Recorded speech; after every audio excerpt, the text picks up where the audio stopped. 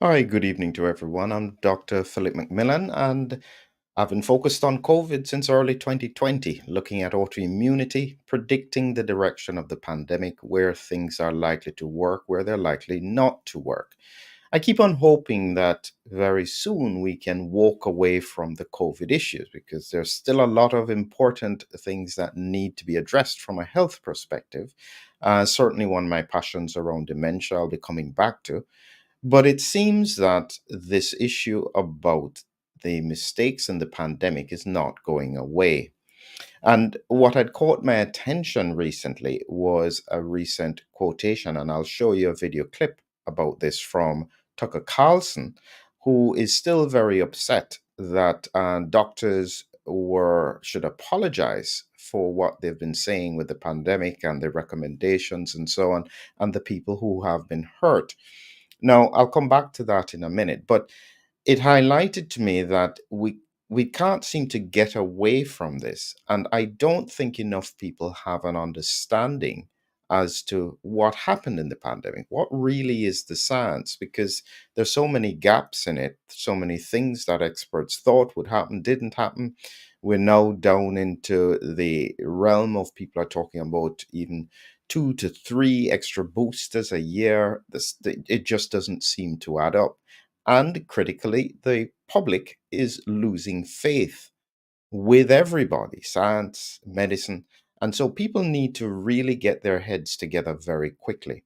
And so I had done this presentation, a Foundation 360 course, a while ago, and I'd always intended to do the advanced version. The link is in the description, where I really break it down into all the sections. This already covers quite a few things, but in a basic way. It's just about 6 modules. And the link is there for those people who are interested. But it brought back to me that I really need to document the stuff that I have been doing over the past 3 to 4 years because nobody else knows what this stuff is. And if you hadn't been looking at it, it's very difficult to dig through the science. So, just to give you an example as to what I'll be probably putting in that advanced course. And so, for people who register, they'll become my beta testers for the advanced course. So, you register, it's not free for the 360 Foundation, but then those people who are interested, I'll know they'll probably be interested in the advanced course. That's essentially what I'm doing because it is a lot of work.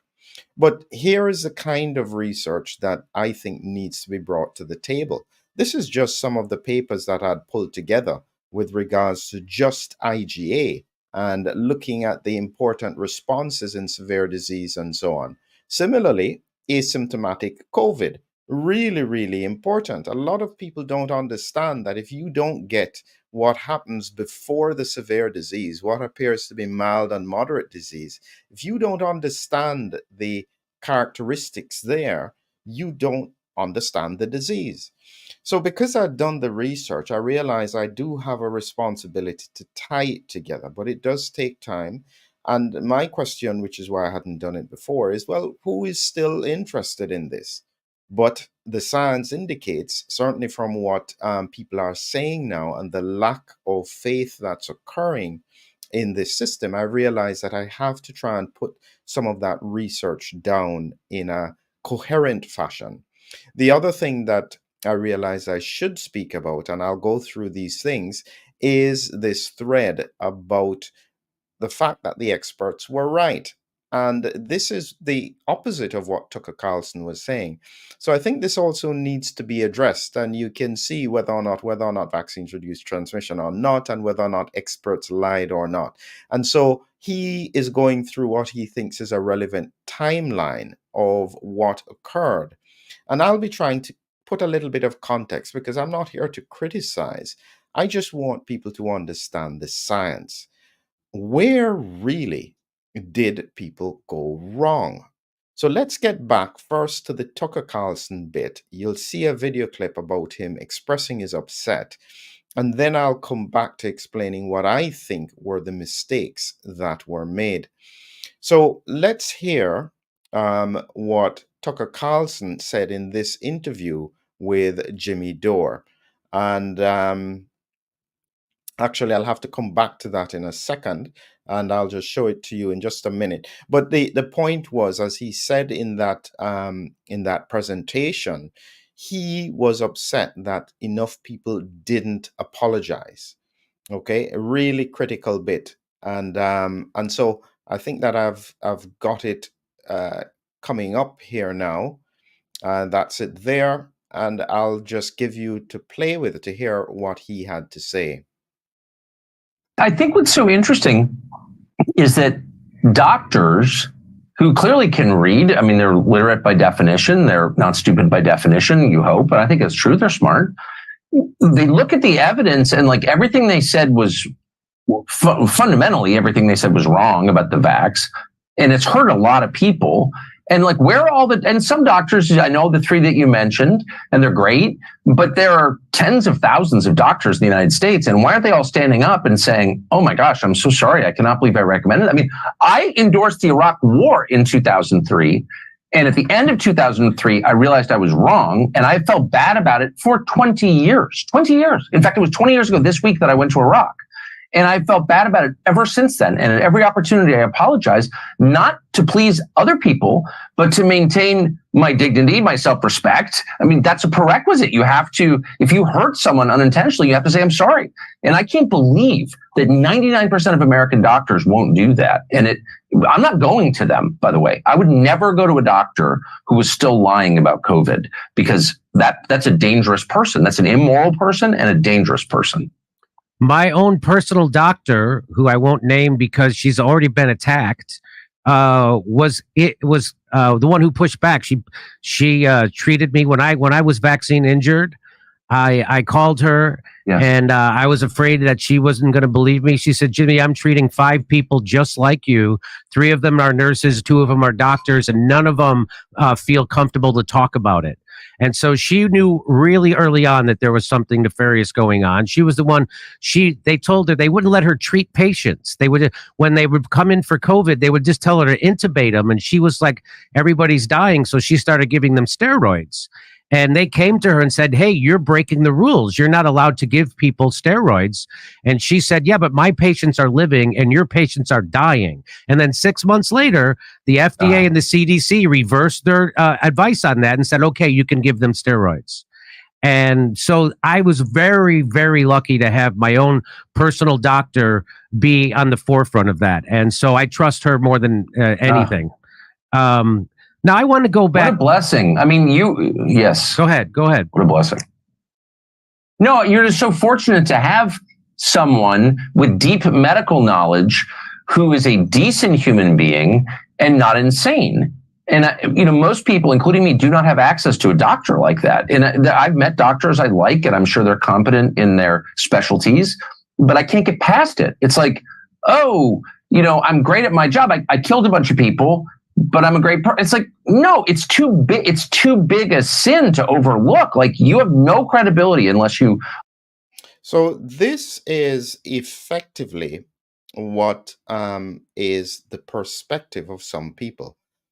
And it's a tough one because I think that most clinicians, most of the clinical world, were really working hard. Certainly early in the pandemic, they risked their lives to try and make a difference when people were sick. And it's sad that the whole scientific and clinical community is being decimated by this. I don't think that they fully understand just how upset people are. And it's worrying, it's concerning. And part of my concern is the fact that many people still don't understand the science around what happened. They don't even know what was wrong. And that's what I think I have a responsibility to try and put together in a way that makes coherent sense. So part of what I'm trying to do is try and understand, well, what is it that they got wrong? Where is it that they need to adjust their thinking? And how can I help people to get that comfort of the science that I think that I've had now over a number of years in trying to say, well, listen, guys, if you understand the science, the pieces all come together. So here is another important piece of the puzzle, as I said here. This person here on Twitter was highlighting that he didn't think that they made any mistakes. He thinks that there was a timeline of statistics, and critically, it was just that the timeline didn't work the way that they anticipated. So he goes on to highlight here that there were four things they were trying to do when they did vaccination in descending order of importance and likelihood. One, they were trying to prevent death. Absolutely correct. They were trying to prevent or reduce hospitalization. That's correct. They were trying to prevent symptomatic disease, and they were trying to prevent infection and transmission.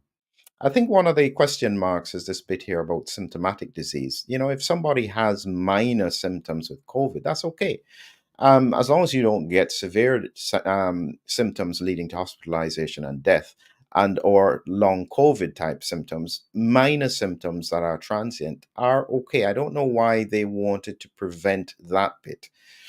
This bit here, preventing infection and transmission, is really a big piece of the puzzle. And this is part of the reason. And one of the things that people don't want to acknowledge is that in areas of the world that had low vaccination rates, they have largely overcome the pandemic because there is not much transmission. And that's because of natural mucosal immunity. So when I say, where did they go wrong? I think that they overestimated systemic immunity and underestimated mucosal immunity. Okay, so let's go on with some of the points that he made that were quite correct, but you have to take them in context. So he mentions here that in 2020, the vaccines and the RCTs were shown to be 95% effective in preventing symptomatic disease caused by the original Wuhan variant. And this was the paper that they used to show the safety and efficacy. As usual, many of these papers are looking at about 90 days, 3 months from vaccination to understand what happened. The problem is that it's not adequate time. And this was should have been the red flag when people who were vaccinated, you had reduced infection, and then at 6 months you was realizing you had to boost them again. I think that the minute that happened, I knew at that point I was surprised initially because I said the vaccine is not training mucosal immunity. So how would it therefore stop the pandemic? That was the simple question that I had. And when I saw initially the results, I thought, wow, that's fascinating. That's not what I expected.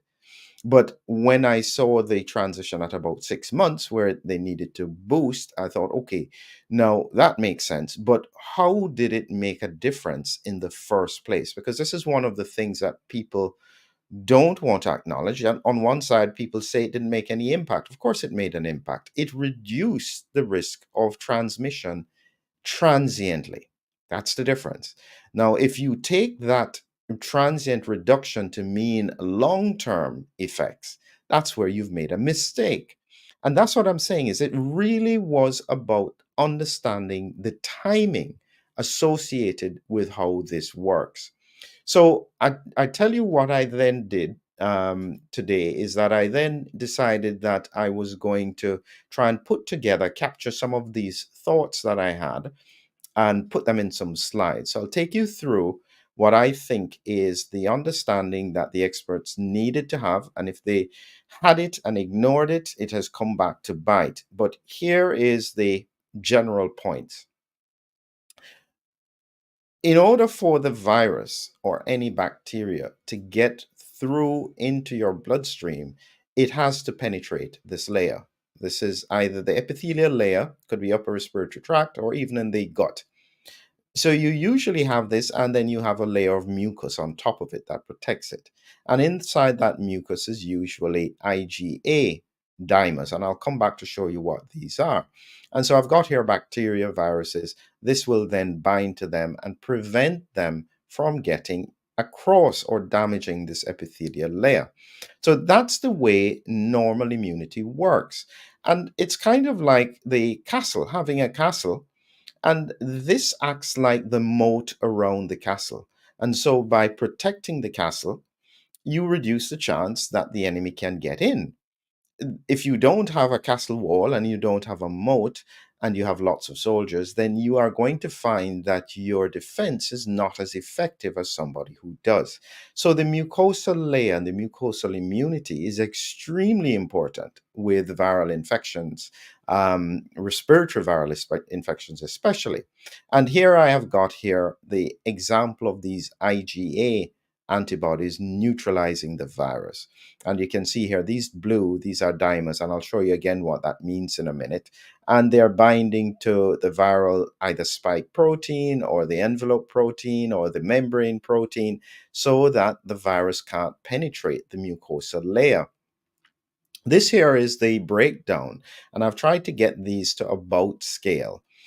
This is an IgG antibody, and this one is usually in your bloodstream. Now, it can be in secretions as well, but it's not really the main point of defense.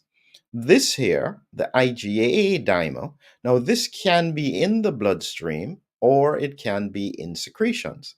But when it's in secretions, it usually has this attachment, a secretory component, which attaches it to the mucus layer.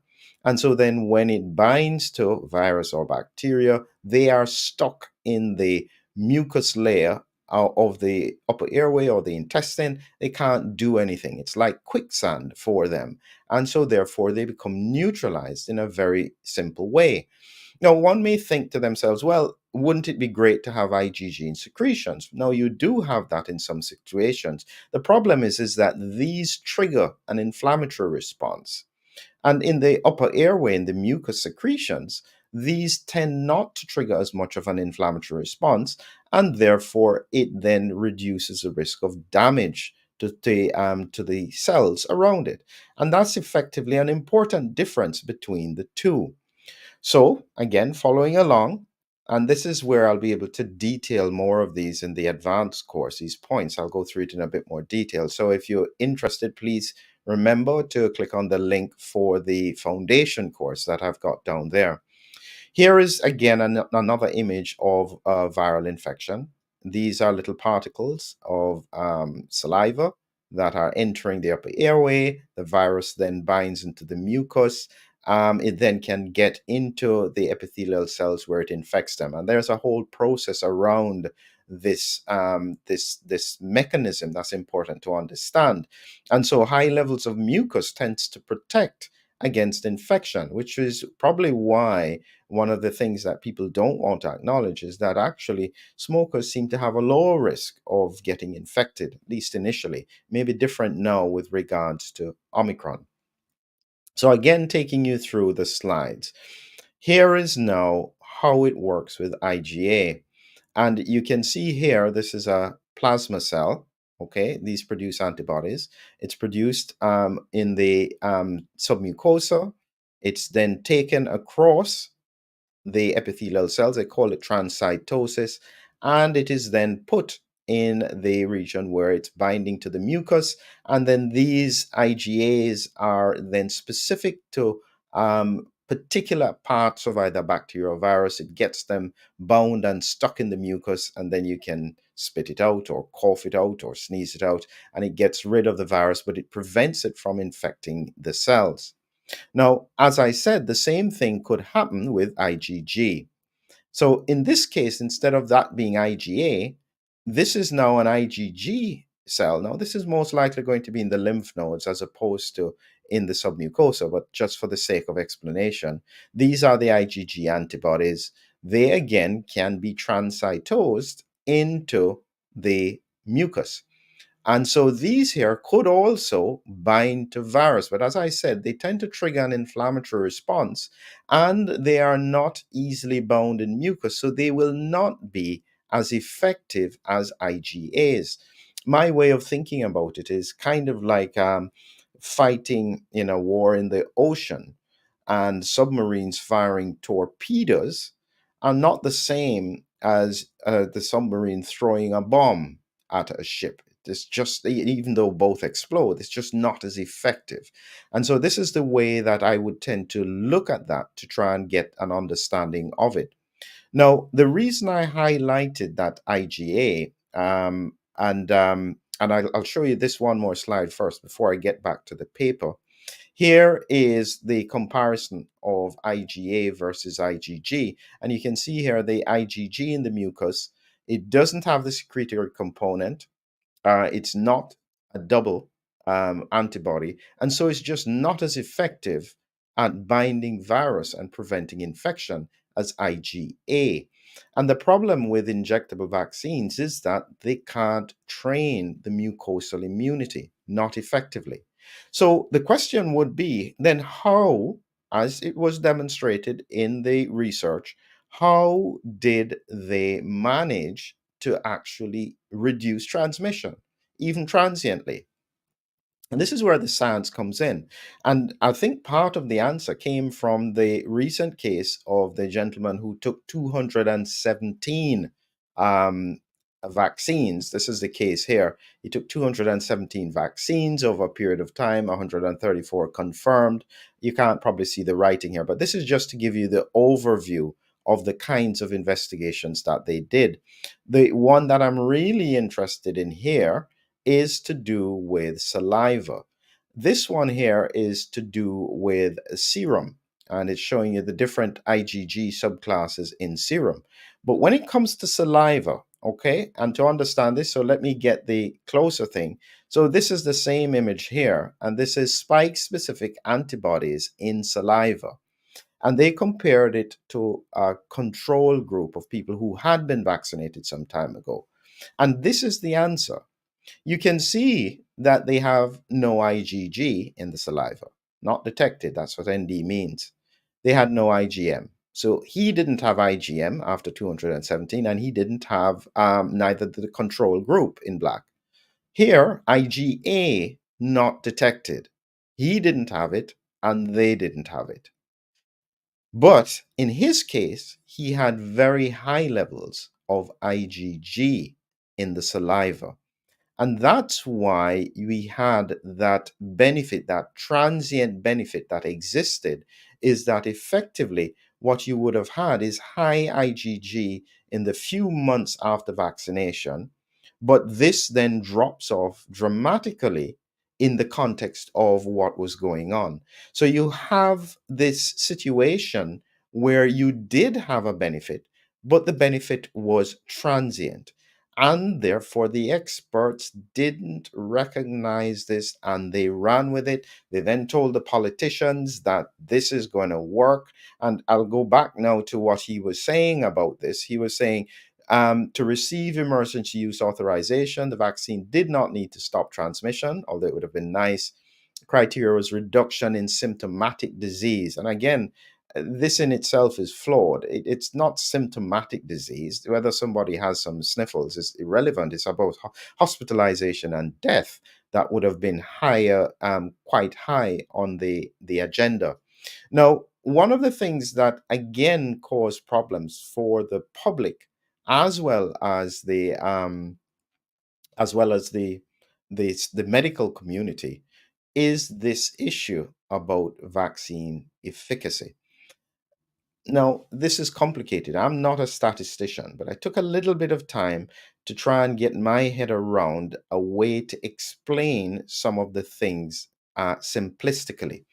And what we have is a situation where when they spoke about 95% efficacy, it was a relative risk reduction. And I'm going to show you a clip from Medscape from one of the experts who said that this was actually the way to look at this and measure it. So if I can find my mouse pointer here. So here we have, and this was in April 2021. This is Andrew Althaus. Why number needed to treat can be misleading for vaccines.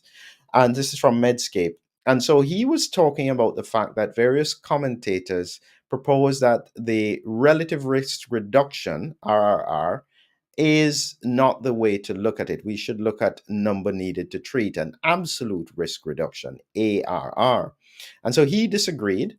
And he was then explaining in this why he thought so. But then he put a really nice breakdown of the hypothetical vaccine trial. And this was pretty close to the numbers, but he split it nicely into the vaccine and placebo group. This wasn't the actual numbers, but it just gives you an idea as to what it was that they were using. So what I'm going to do here is I'm going to show you that same image here because it's useful to catch. So he then used the example of this hypothetical vaccine trial, 40,000 participants. In the vaccine group was 20,000. In the placebo group was 20,000. So essentially, what they found was that in the placebo group, 190 people had symptomatic infection. Okay, that's what they were checking for, symptomatic infection, not hospitalization, not death. They just had symptoms. In the vaccine group, it was only 10. And so this is where they get that 95%. And you can see it down here. Relative risk reduction is 0.005. So it works out to be 95% relative risk reduction. Now, the absolute risk reduction is 0.90%. That just doesn't sound as exciting as 95%. And so this is where I think they played on the statistics. And 95%, I am sure the majority of people assumed it meant that if you have 100 people who have been vaccinated, 95% of them will not get infected, 5 of them will. That's what they interpreted the science as. And that's just not accurate. And so it caused a problem from that point in terms of understanding the science. And I think that they have never actually fixed that. So people still don't get it. So again, let's look at this using that same example. Remember this example here, 40,000 people split into 2 groups. This is now me putting those figures together. So take a look at this. So again, when you look at relative risk reduction of 95%, based on this 40,000 cohort, the absolute risk reduction was 0.9%, which meant that you needed to treat 111 people with the vaccine to prevent one person getting symptomatic, not hospitalization, not death, getting symptomatic disease. Placebo to vaccinated is 190 to 10. I'm going to come back to this because I have to highlight a few more points that were made in his presentation about the trajectory or the timeline of what happened. So here again, he was talking about, so throughout 2021, evidence was mounting that COVID vaccines were indeed significantly curtailing transmission. I don't think this is right. It was curtailing transmission early on, but not significantly over the longer term. And every sign pointed to the pandemic ending early if we could get enough people vaccinated quickly. Again, that was not correct. You wouldn't, even if you vaccinated everybody at the same time. Just imagine you had, for the USA, 330 million doses to administer all within, say, a week or 2 weeks. And you give both doses in that month period of time. Would you stop the pandemic? No, because you remember, there are still people who, even when they had been vaccinated, could still get infected. And the immunity would wane. And so you would find that even though the numbers would initially be reduced, they would rise again. So you couldn't actually stop the pandemic. The whole purpose was and always should have been to reduce severe disease, hospitalization, and death. The minute they went beyond that, they were definitely in problems. And they don't seem to want to acknowledge that. And so, if they had stuck to what the aim was, which is targeted vaccination at that time, give it to the people who were high risk, who didn't have previous infection, that would have been the most logical and scientific way to go.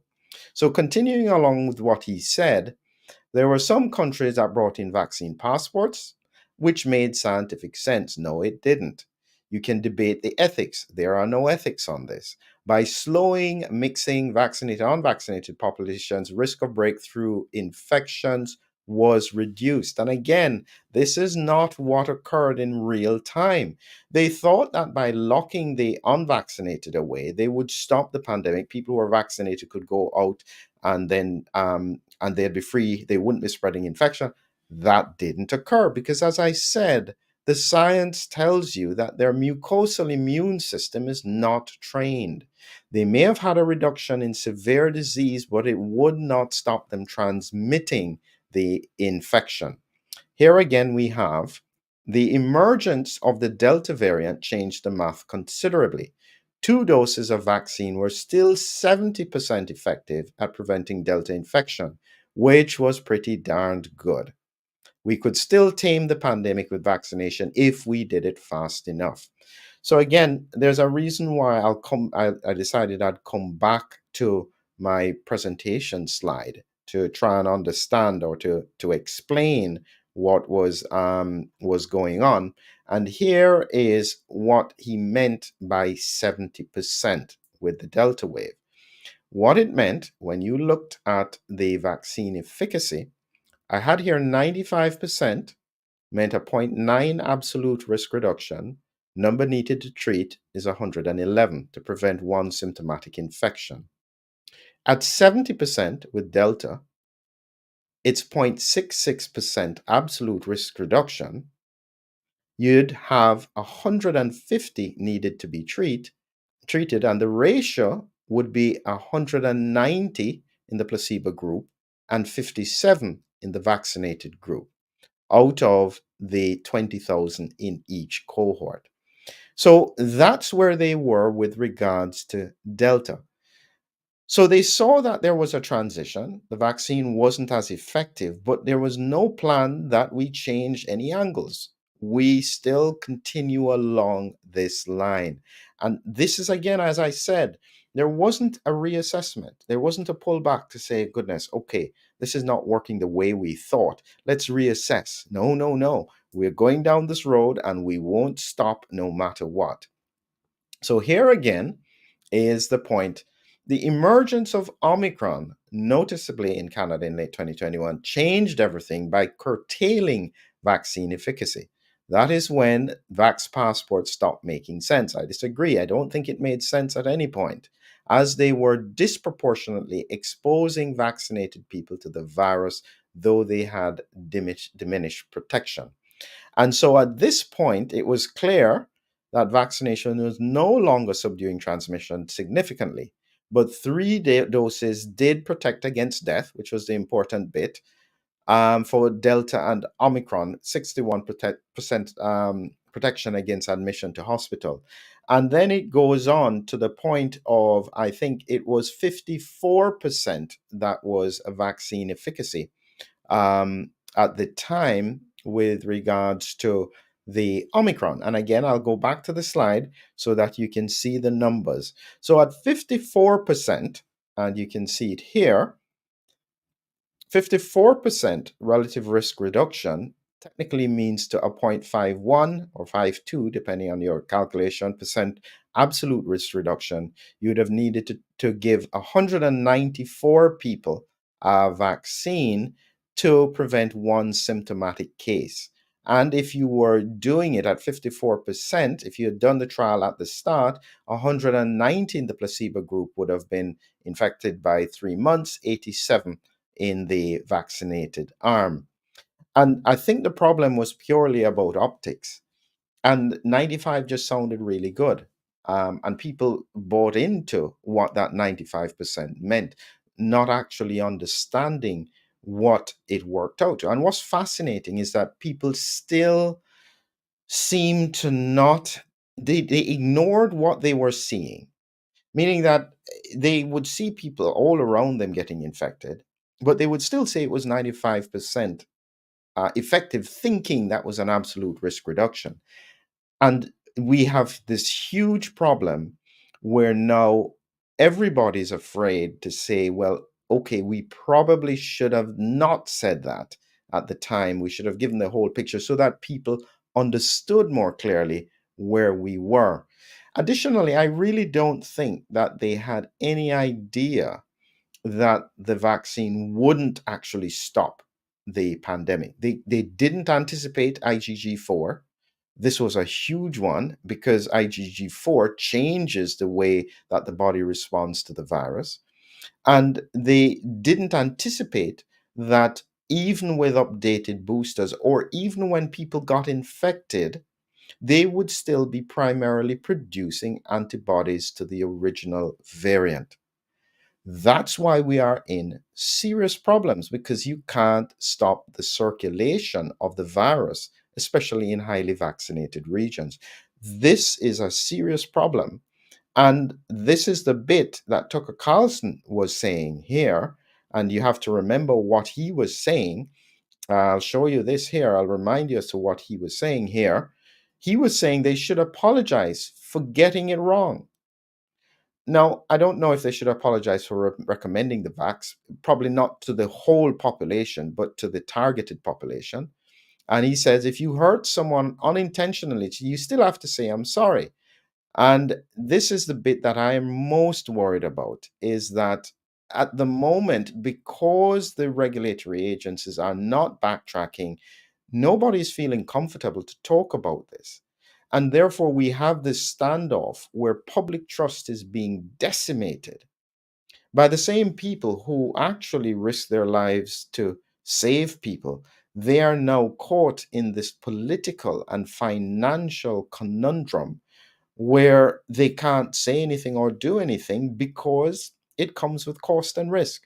So don't forget that every time you speak about this, it hits the what you're trying to do. And to make it clear, for me, doing anything certainly on certain platforms, they absolutely restrict your reach because they don't like what you're saying. So it it has a direct impact on what you're doing. And so you can understand why some people would self censor.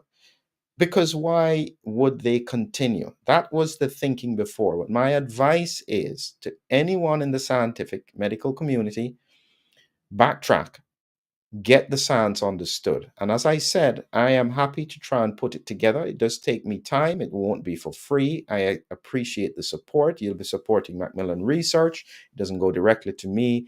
But the point is that on balance, we need the scientific community to take a different position, because at the moment, it's not helping anyone that the public loses faith with the medical community, and it's not helping the medical community by the fact that they are unable to anticipate the implications of what has happened. So forget the fact that some people say, well, okay, they've gotten it wrong. It's okay, let's move on.